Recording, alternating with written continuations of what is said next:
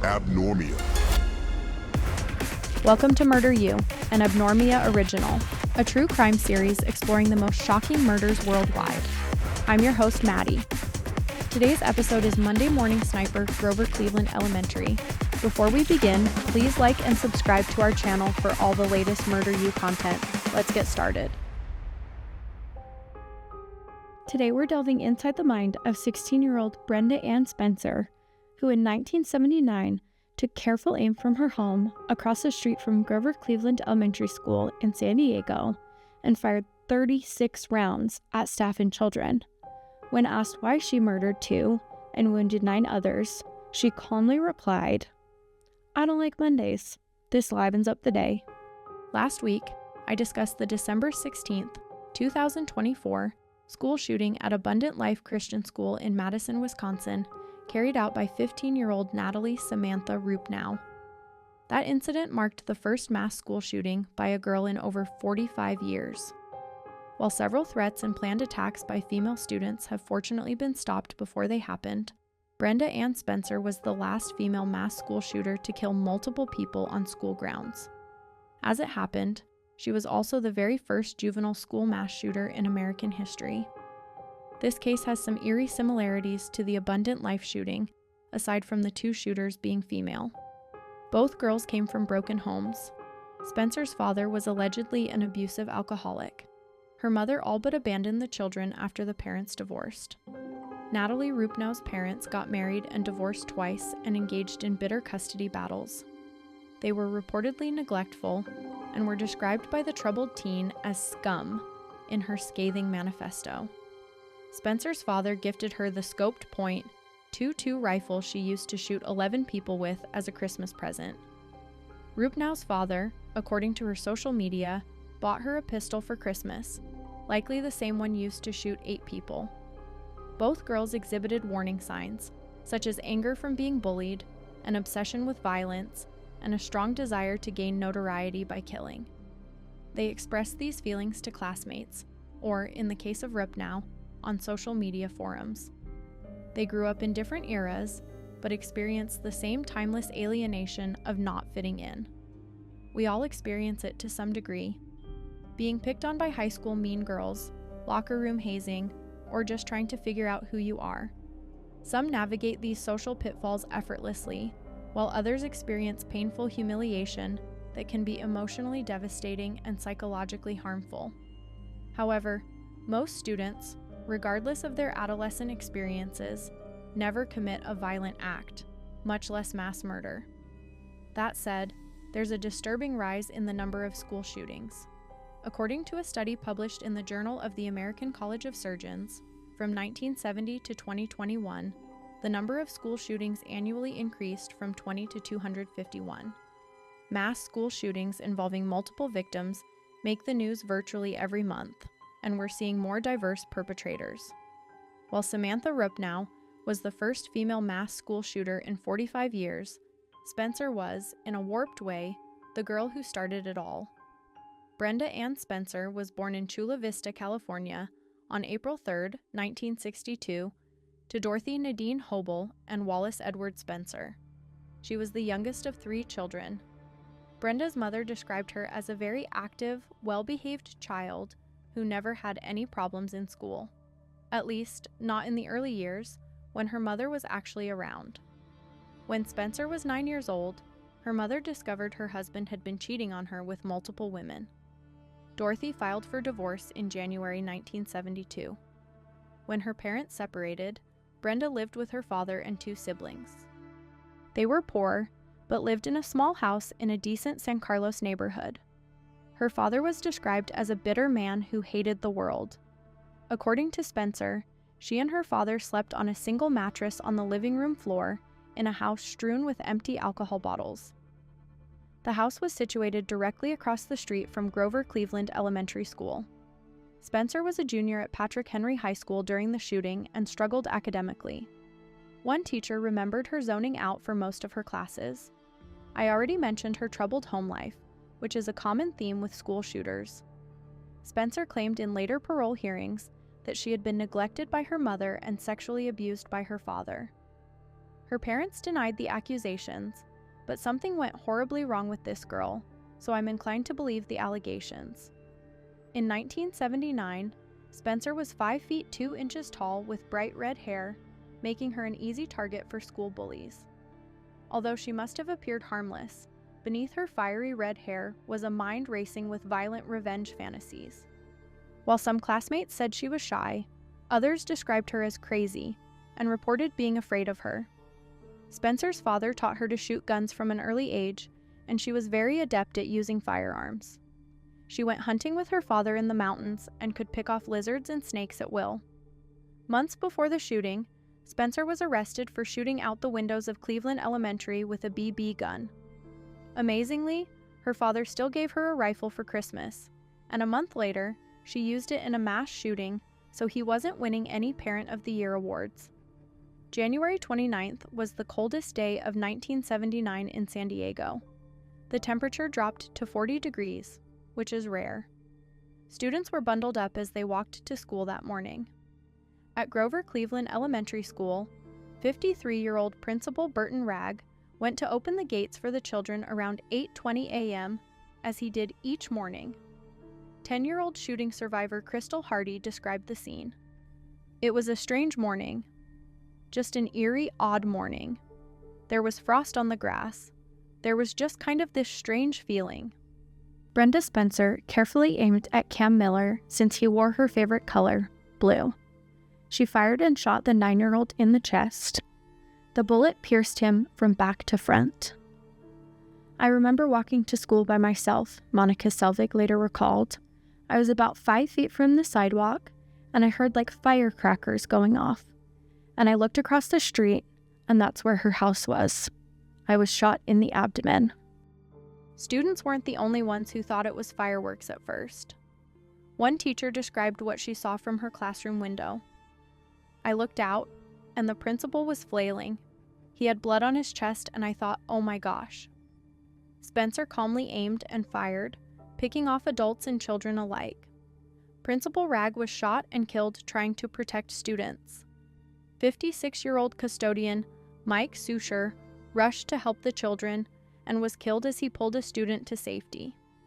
Crystal Hardy later recounted the moment she was hit. I turned, and that's when the bullet went through my wrist, because Brenda was actually shooting to kill.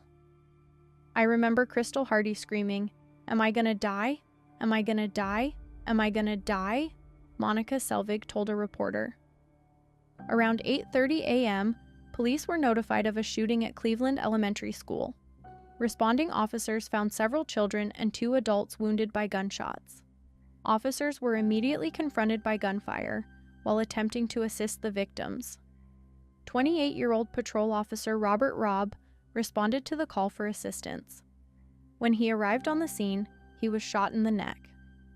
The bullet went in and nicked my jugular vein, and it bounced off my shoulder blade and lodged against my spine, Robb said.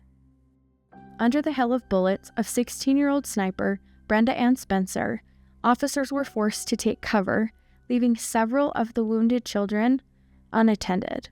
Gosh, it's hard to imagine the fear those kids felt, knowing the cops were just a few feet away and couldn't get to them.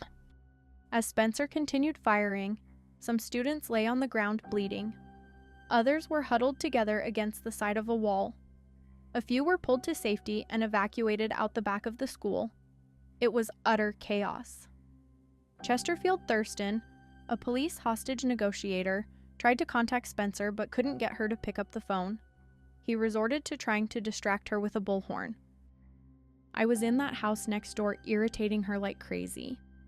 Brenda, pick up the phone, and then I was squeaking the bullhorn basically, raising all kinds of hell. However, Spencer wasn't distracted. She fired 36 shots, hitting a total of 11 people. So essentially, 30% of her shots found their mark, which is deadly accurate. Eventually, a patrol unit found a garbage truck servicing the area a short distance away. An officer took charge of the vehicle and drove it across the sidewalk to block the wounded students from Spencer's line of fire. Officers were then able to remove the wounded. After 20 minutes of shooting, police finally had the house surrounded and the children out of harm's way. That is, all except Brenda Spencer. The gunshots ceased, and it became a siege situation, with hundreds of cops, including several SWAT teams, aiming their weapons at the house. Behind law enforcement was a wall of media, all clamoring for their piece of the story. News helicopters buzzed around the scene, causing concerns about mid-air collisions. At that point, Spencer got what she wanted most: the notoriety and attention she never received as an isolated kid from a broken home. Spencer flipped on the television, thrilled to see herself as the center of attention. She was excited to learn she had shot a police officer. The ensuing standoff lasted over 6.5 hours. During that time, one reporter from the Evening Tribune called the Spencer home and managed to reach Brenda. He asked her why she was shooting, and she famously replied, "I don't like Mondays. This livens up the day." The flippant phrase inspired a hit single, "I Don't Like Mondays," by Irish rock band the Boomtown Rats. Band leader Bob Geldof later expressed regret over the song. Brenda's mother was at work counting money when the police came to inform her that her daughter had shot several people and was in a standoff with police. Dorothy told the police she couldn't leave because she was in the middle of counting money. "You're coming with us," the police responded. I mean, her daughter was shooting up a school, about to be killed by a SWAT team, and Dorothy couldn't be bothered to leave work. To say she was a neglectful mother is an understatement. During the standoff, Spencer told police negotiators that she was going to come out shooting. However, late in the day, she decided to come out after being promised a Burger King meal by negotiators. Around 3:30 p.m., Spencer finally came out, calmly put her rifle and ammunition down, and surrendered. Everyone was shocked at how small and harmless she appeared. It goes to show that it doesn't take much physical strength to pull a trigger and take a life. Spencer was placed under arrest on 2 counts of murder and 9 counts of attempted murder. She said nothing during the ride to the police station. Later, when she began talking, Spencer didn't give a particular reason for her actions, which baffled the authorities. This also caused her earlier, "I don't like Mondays" response to stick in the public's mind. When the police asked Spencer if she wanted to speak to her father, she replied, "Tell my dad to get screwed." There is so much angst behind these types of school shootings. Brenda Spencer was the first juvenile school shooter, but she certainly wasn't the last. Studies have shown that the area of the brain that deals with rational decisions is not fully developed until around age 25. Additionally, research has revealed that adults typically think with the prefrontal cortex, which allows them to respond with rational judgment and an awareness of long-term consequences. Teens, on the other hand, process information with the amygdala, which deals more with emotions. However, that doesn't excuse the actions of these murderers. Teens know the difference between right and wrong, and killing innocent people is evil regardless of the circumstances. During tests while she was in custody, it was discovered Spencer had an injury to one of the temporal lobes of her brain. It was attributed to an accident on her bicycle. It's impossible to know what role that injury played, but it might have made an already disturbed girl even more dangerous. Due to the severity of the crime, which was even more shocking in 1979, Brenda Spencer was charged as an adult. She pleaded guilty to 2 counts of murder and assault with a deadly weapon. On April 4, 1980, a day after she turned 18, she was sentenced to concurrent terms of 25 years to life in prison. Not the ideal birthday present. She's been at the California Institution for Women in Chino ever since. Spencer became eligible for hearings to consider her suitability for parole in 1993. When she was 26 years old, she was denied parole for the first time. She was also rejected in subsequent years and will likely never be given parole due to the severity of the crime. At her first parole hearing, she cried and said, "I'm very deeply sorry I did that to those people. I didn't have a right to do that to them." It was her first public display of emotion over the crime. However, at the hearing, she also claimed she was hallucinating on PCP and whiskey, even though toxicology reports after her arrest proved negative. The deadly accuracy of her sniper fire indicates that she was clear-headed and focused on killing innocent people. At her 2001 parole hearing, Spencer claimed that her father had been subjecting her to beatings and sexual abuse. Since she lied about other details, it's hard to know what to believe, but her terrible domestic life must have played some role in her murderous actions. Furthermore, and this is a disturbing detail, in the months following the shooting, one of Brenda Spencer's first cellmates, a 17-year-old girl, moved in with Spencer's father, eventually marrying him in 1980. That is just bizarre and creepy behavior.